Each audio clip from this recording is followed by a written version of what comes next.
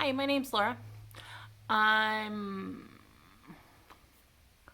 a lot of things: a wife, a daycare teacher, a home business runner. That sounds weird. I'm a lot of things.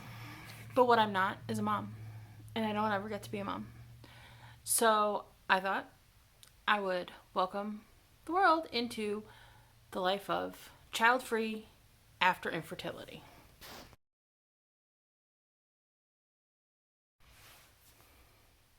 So for the last few years, I've been looking for um, resources, I guess. I don't know. Connections in the world of child free after infertility.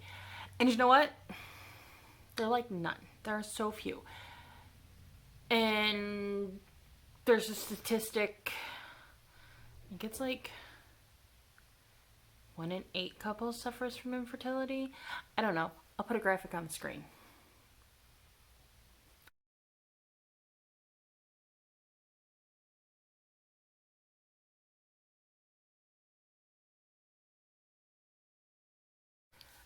But we're one of those couples. My husband and I are one of those couples that suffers from infertility. And we are child free after infertility because it just wasn't in the cards. So, struggling to find resources that connect me to optimal mental health when your entire life you were raised with the thought that you're a girl, so you have to have babies. Don't ask. And I those resources lacking kind of suck. So I thought I'd start a vlog about kind of what I do with my child-free life, how I feel about my child-free life, and all of that. The problem is the fancy camera that I was planning on buying, the nice software that I was planning on equipping myself with to do this. Decided to do this just before all of COVID-19 happened. So the first video or 2 or 3 or 4, the first few videos may not be that fancy, but I figured I might as well do it. I make YouTube videos on another channel about my kind of cross stitch. That's what's sitting behind me. Most of you are probably going to know that because most of you initial viewers are going to be from the cross stitch world. I figure I can work with what I got. I'll make it work. So,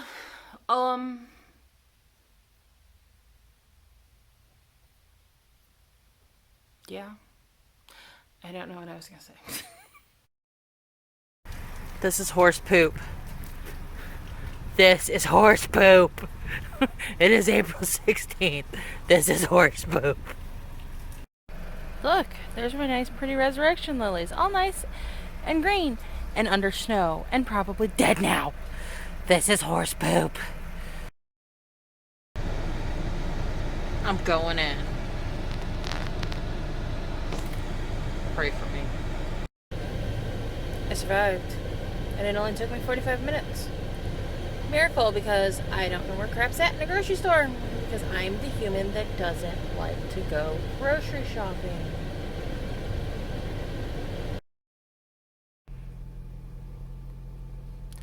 Horse poop.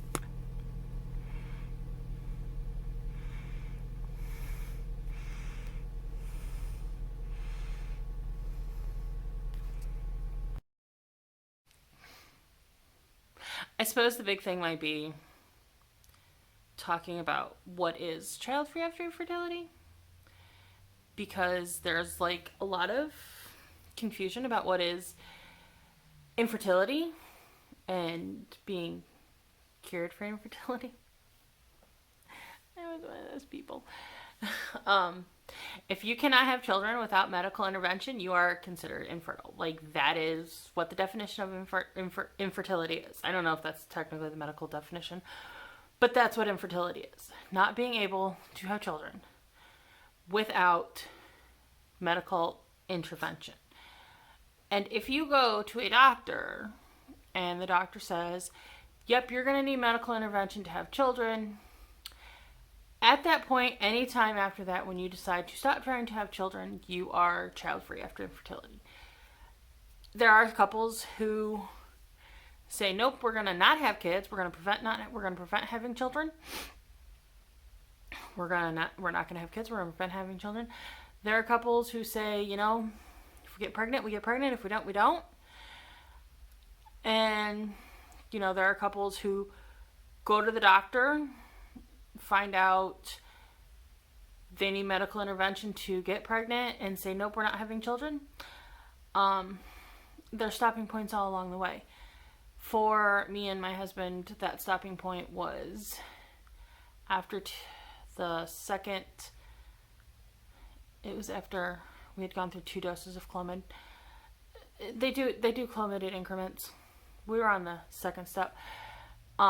It was making me very sick, so the doctor said, well, we'll have to start doing shots. And I'm like, yeah, that's probably not something I can afford, because they're like $1,000 a shot. They're expensive. It's expensive. The Clomid was like $30 or $40 a month. And none of it's covered by insurance, especially here in the state of Ohio. Some states, some insurances do cover it. Other countries, it's covered. It's not in here. Overall, in the states, fertility treatment is not considered medically necessary, so you don't get to bill it on the insurance. My cat is running around like he's a monkey with his head cut off. Can I ask what's going on here? Yes. What are we doing? Oh, rolling some more? Are you trying to be cute? It's not going so well.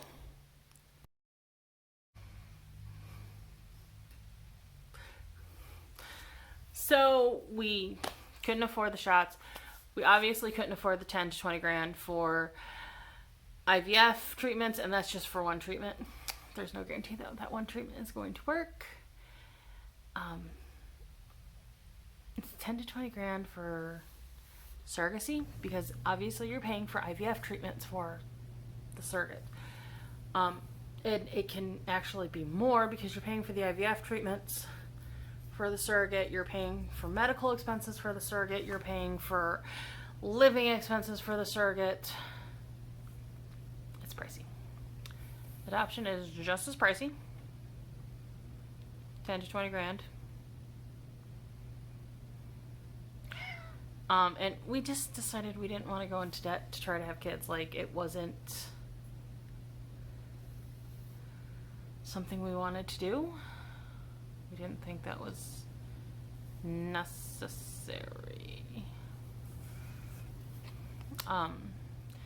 Foster to adoption is a possibility, but we did that. It didn't work out so well. We have horror stories. We're one of the horror stories of the foster care world. From the foster parent, like, the foster parent has the horror story. Our kids had good lives, our foster kids had good lives with us. They just didn't get to stay with us. It's a story for another time. So, we're living child-free. That has good, it has bad. There's a lot of mental health things that go along with that. That on top of all of the stress from COVID-19. My mental health is gone this month, people. Gone. And I never quite figured out how to look at the phone and where the camera was, because it's supposed to be somewhere over here. But I would videotape myself looking over there, and I was never looking in the right spot. And I make funny faces. So that's, I guess, an intro into my world. A look at what I do, my business that I run. I do run 2 businesses out of my home. That's something I've picked up since we've decided to go child-free, to keep myself busy. Yeah. Let's look at the intro. That's an intro into my world. Let's see where this takes us. I should call this body frosting, not body butter. Delicious. So one of the things that I do is I make bath and body products that I sell at a farmer's market. I sell them online too. So I'm making some whipped body butter today. It is basically six ingredients. So it starts with cocoa butter. This is cocoa butter. It's a hard butter. It's like a hard butter. So I always melt this a little bit before I add the shea butter, because the very first time I did it, the instructions said to kind of melt everything together, and I ended up with molten lava. And I don't know that I can get this into the container with just one hand. It's not going well. All right, let me put that in there. No molten lava today. So I've started to melt the shea butter. So shea butter is a softer butter, a softer cosmetic butter than cocoa butter. There's another type of butter, mango butter, I don't use, so I don't know what its consistency is. So I always start with the cocoa butter to soften it up before I put the shea butter in, because I don't want molten lava. And have to slowly melt it again so we don't have molten lava.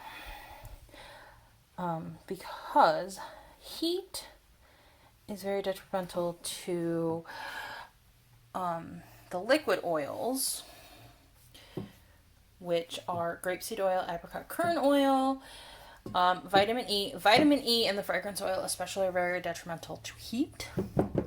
So we very gently heat up the butter. We have to put this back in the microwave, and I can't do that one-handed. Okay, so we're all melted here.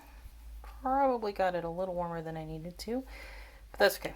I'm just gonna stir it around. So now this bowl here is what I mix it in when I get it on the blender. But I found out getting this on and off the blender is a little bit challenging. There's a process. What I found is, because I need to whip this gradually as it cools. As it gradually cools to get a nice consistency. But this is like melted. This is really hot. So what I do is I mix this into there and I put it in the fridge for 40 to 60 minutes until it starts to thicken, and then I'll put it back in here and put it on the blender and whip it. You'll see that. So there it is, ready to be whipped. A little bit thicker than I wanted it when I started whipping it, but it's fine. It's still really relatively runny.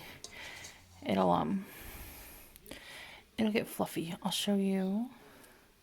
See, it's a little bit thicker than I wanted. It's a little bit more solid than I wanted. It was sat in the refrigerator a little bit longer than I intended, because I mean, that's how it works with my life. So, and my mixer is like literally a handheld mixer on a base that we found at Target on sale for 25 bucks. And it was literally the best thing ever for this. So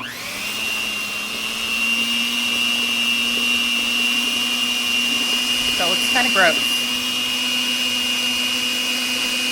And I reverse it and I'll scrape it and all that. But then we just whip it until it's fluffy. There it is, all whipped up. It's fairly an active process. Now I get to package it. That's what it looked like when it was packaged. And that's what I do.